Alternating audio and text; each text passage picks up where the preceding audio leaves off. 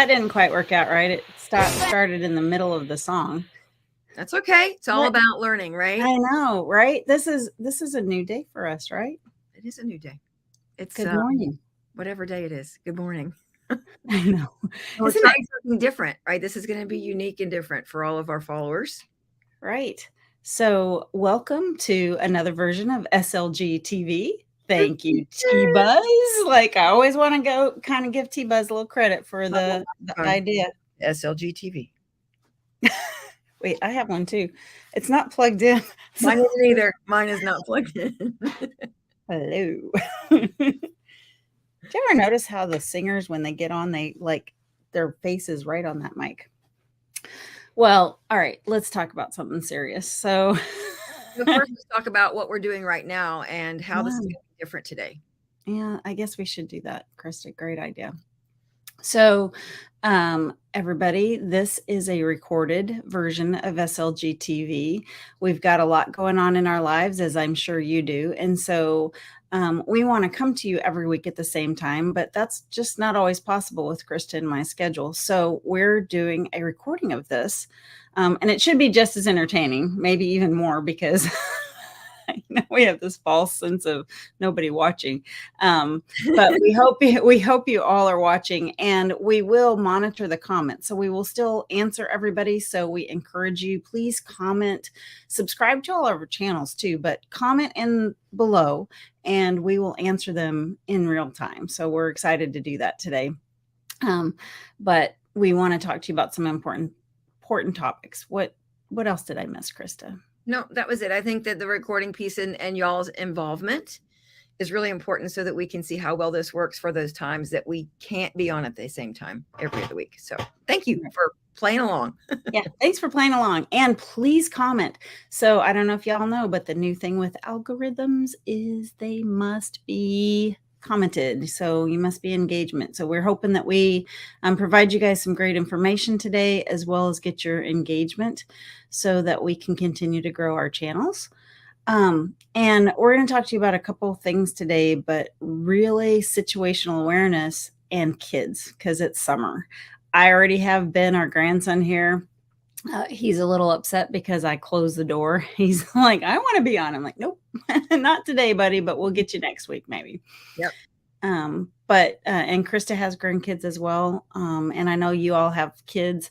We really want to talk to you about those important things with situational awareness, and we'll hit on some safety tips at the end. So stay through to the end. We should be about 15 minutes, and we appreciate y'all so much. So I think what's really important is that school is over. Whether you're homeschooled or going to public school, it doesn't matter. There's structure in that school time that sort of changes our day. And then we get to spring or summertime, school's out. And as a parent, I loved it. It's like suddenly we didn't have to worry about what time to get up, what we were doing, where we were going. There's freedoms.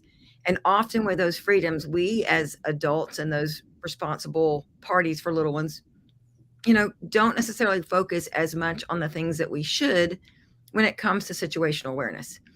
So we want to talk about where we make sure we're still teaching what we need to teach, educating what we need to educate, so that our kids will stay safe through all the things, whether it's playing outdoors, being at home more, pool safety. There's so many subjects we could talk on that we'd be here for hours. Right. Let's pick a couple that we should really focus on. Now, Karen, I know you and Ben often will take trips when you're together. Right. What are some of the things that you've had to talk to Ben about when it comes to situational awareness? Well, so it's really interesting to me because as Ben gets older, he's capable of making some good choices and good decisions. We were in the airport one time. I won't say which one, as we're in the airport in summer, this man comes in a full coat. He's got like an old time boombox, like a boom. Wear up on the shoulder. Woo! Yeah, like that kind, but it's hanging off of his head. Okay. He's got a big coat on. He's smoking a cigarette inside the airport, right? And he's walking around and the boom box is stuck on replay. So it's only, like the beginning of the song that I played this morning, it's like that over and over. I don't remember what song it was, but it was just like 2 lines of a song, repeat, repeat, repeat. And I looked at Ben and I said, "Ben, like, let's take a minute and look at our situational awareness right now. Like, what do you see?" And he's like, "That guy ain't right." And I'm like, "Exactly. So let's think about where we are. First off, we're in an airport, and we all know that that is a target of very nefarious criminals. So we're in an airport. What would we do? Like, what would we do if something bad happened right now?" And Ben looked around and he's like, "Well, we could hide behind that pole." Like, "No, that's a good idea, but do we really want to stay here? Like, what do we want to do?" Right. And he's like, "No, we want to leave." He says, "But everybody else might be running too, so we have to be careful." So I watched him work through all these thought processes on how we would get out of that situation if something bad happened. Like if that guy had, you know, some type of weapon or bomb, what would we do? Where would we go? What would we do? I mean, he could have just been a sick individual. And so you don't want to assume somebody is the worst. But at the same time, you have to be clear on those signs and not let your kids just have that idea that, everything's hunky dory and roses. There's unfortunately some really seriously bad, disturbed people in this world that do bad things. And um, we're always now kind of looking out of our situational awareness. Well, I think it's really important. You hit on something it's never really talked about as parents. They don't or even adults, doesn't have to be of kids, is any time that we can mentally walk through a scenario. It doesn't have to be that we're paranoid and, oh my gosh, the sky is falling. But if this, what's our plan? Just like we learned in school. If there's a fire in the building, what's our plan? If there's a storm, what's our plan? If we have a plan, then in that moment, should something happen, we know what the next steps are. And if we've never had the conversation and we've never walked through the scenario, when we get on the airplane, when we travel, and the flight attendant walks through all of these things that you're supposed to do, and I watch. So we travel, Karen. We travel a lot. We do travel. I watch. That is the time I will take and put my phone down and I watch the flight attendant. I probably could give the two eggs. I'm sure you could. Right. I need them to know I'm paying attention. Right. And they need to know I'm paying attention, because what if I'm the one that has to be the first person, even if I'm not near an exit door, to make that move? And it's because we've listened to it. We've heard it. Same as the conversation that you had with Ben, same as other simple conversations, particularly with children. When you have different levels in the home, maybe you have 2 children, 3 children, 10 children. Always with the first child, it's don't eat the dirt. Oh my gosh, don't touch the baby. Let's teach them everything. Hot stove. Yes. By the time we get to child 2, 3, 4, 5, and 6, it's like, where are they? Right. Good. Right. Well, I feel for parents nowadays. I saw a lady yesterday. She had 3 little ones, and one of the little ones wasn't behaving right, and she was trying to corral all 3 of these children. And I just feel for parents. It's got to be tough nowadays because there's so many distractions, so many more distractions than there used to be. I will say you said something I do all the time, and I'd like everybody to comment below what they do or how they do it. But every time I go into an unfamiliar place, I double check for my exits. And I'm not paranoid. I just want to. So for me, the best way to conquer any type of fear that you have is with information. And so when I go into a new place, I just look around. Okay, so where are the exits? Where would I go if something bad happened in this place? And I just always look for my escape route, because even though I'm carrying my firearm mostly 100% of the time, unless it's an area that I'm not allowed to go to, that's my last resort. That's not what I want to do. I do not want to get into that, leave that to the law enforcement. I just want to beat feet out of there as safely as I can. And so I always do it. So you all comment below, what do you do when you go into a new place, or what safety tips do you have for situational awareness? Because we'd love to hear from you too. And then our viewers can see that as well.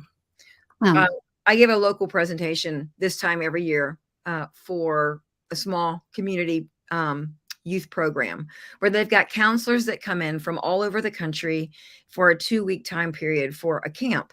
And one of the things that's really eye-opening in that is we've got guests coming in to work with our youth that maybe don't live here. They don't know the building that they're in or the buildings or the area or the rally points. And so we spend a lot of time on that know your exits. Where are the exits? Because the obvious exits, the ones that we see right now, if we're in the theater with the sign up there that says exit, or when you're in the local fast food restaurant, because that's the way I came in, there are more than that. And if we just take a moment and think outside the box, we can get out through the kitchen, right? That's how the food comes into the fast food restaurant. There's also an exit that way. That's not the natural, obvious ease of aggression, or of whatever the word is, because I'm not thinking of that correct word. But it's knowing those exits and knowing that egress. Thank you. I appreciate that. And knowing that escape and running and getting away from a situation is your best first option. Avoiding it altogether is even better, right? I do have a funny story about planes, kind of. Okay. I do too, if we have time. All right, we have time. Okay. We have lots of time. We're doing good. So when I worked for the Army, I was a civilian and I had to fly overseas, and you have to take all the security training and knock out all your kind of Op 4 training. And one was on a plane, and I kept failing it. And luckily you got to take it again. But it asked, if the plane was being hijacked, what would you do? And in my mind, what would I do? Well, I am going to stand up and take my belt off and try to beat the guy down. Like, I'm going to do what I'm going to use the tools I have available, and I'm going to fight for my life. Right. So that was what I said I would do. What I learned through my training was that is the last thing you do. Very similar to our training. So what I'm supposed to do is sit there quietly, politely, and kind of obedient, because a lot of times if the plane is hijacked, it's really for a purpose, not to crash. It's for a purpose to get something. So those people are trying. And so I had no idea, but it was funny because I just kept failing the test and failing the test. And finally I went to our OPSEC guy. I'm like, what am I doing wrong? He's like, Karen, you are not supposed to attack the person right off the bat. I'm like, oh, okay. Right. That could lead us to an entirely new, whole different live about who are you? Are you the fighter, the flighter, the freezer, or the friender? Right. Right. Because that's sort of like naturally in who we are. We don't necessarily know what that is unless we put ourselves in a critical incident and we have to respond. I hope that's what I would do if it came to it. Right. You will never know unless you find yourself in that moment. But there's a sign and a clue in your, I'm going to take my belt off and take care of the situation right now. This young man needs his life changed, right? That's oh my goodness. Well, let's talk funny stories about planes and awareness. So I had taken one of my grandchildren on their first plane ride. This is one of the things that they wanted. And I believe in, let's have experiences for birthday celebrations instead of gifts, right? They'll remember this for a lifetime. And he listens. He's that child that's going to pay attention. If you say the dog ran across the road wearing a pair of tennis shoes, he's expecting to see the dog running across the road wearing a pair of tennis shoes. That's it. So he's listening to the flight attendant as they are going through every step. He has the trifold, and he's watching her and following the steps. And every time she does something, if she does this and shows where the mask is going to fall down, he looks up above his head, looks at that, looks at her. She gets to the life vest portion. Now we're taking from landlocked city to landlocked city flight. I mean, if there's water, there's no plane landing on it. It's small amounts of water, right? And she takes the life vest and she pulls it over her head and she's talking about where it is. And I watch him reach down to grab the latch. Oh no! Pull the life vest up. Whoa, buddy! Whoa! Don't do that. He's like, what? And I'm like, she's just showing us. We don't want to take it out now. And it was so neat to watch him take everything so seriously. This was a new experience to him, and he knew how important it was to be on point. Whereas we're as adults and we get so familiar with it, we're like, yeah, okay, We know what we're going to do. We should stay that aware all the time. This is also the same child that when you have stair-step children, right? You've got an older child, middle child, younger children, whatever it is. As they grow up, there's more trust, right? They become more confident. They know that mom and dad have put some things in their care, and they often try to wear that adult hat when they shouldn't. And I think that's when we've really got to refocus them in on the why, not to scare them. Don't answer the door when it rings, even if you know we have an appointment with someone right now. Let mom and dad get that. Come get us first, right? Right. We don't want them to put themselves in harm's way. Right. And let me tell you, since I have an 11-year-old living in the house right now, they know everything. Right? Right. Everything. It's that 10-11 that takes them from a form of innocence to they can do it. And they are capable of doing so many things. We want them to have freedoms, but safely. Which brings me to another point as we start to wrap this up is next month, we're going to have these great topics on safety. So we're going to have some guests from the NSSF and from Glock to talk about safety. But if y'all haven't had a conversation with your children about firearm safety, do it today. Every day should be firearm safety day. And not only talking about the use of a firearm, storing your firearm in your home, but talk to your children about what they would do if they were presented a firearm in someone else's home. We do it at the trailer all of the time. It's a kind of complex conversation, but not really. We just want to make sure that kids are thinking about it, especially if your children are familiar with firearms and shoot, because they really also have a sense that they know how to be safe. But just because they know how to be safe around a firearm does not mean that their friends do or their friends' siblings do. And so please have that conversation today with your kids about firearm safety and what they would do if they were presented with a firearm in someone else's home, not because someone wanted to hurt them, because someone knew that they liked firearms and thought it would be cool to show them, right? And it's just it's innocence gone awry sometimes. So and we will definitely deep dive it. We may actually have some extra lives next month so that we can really put a real conversation behind it.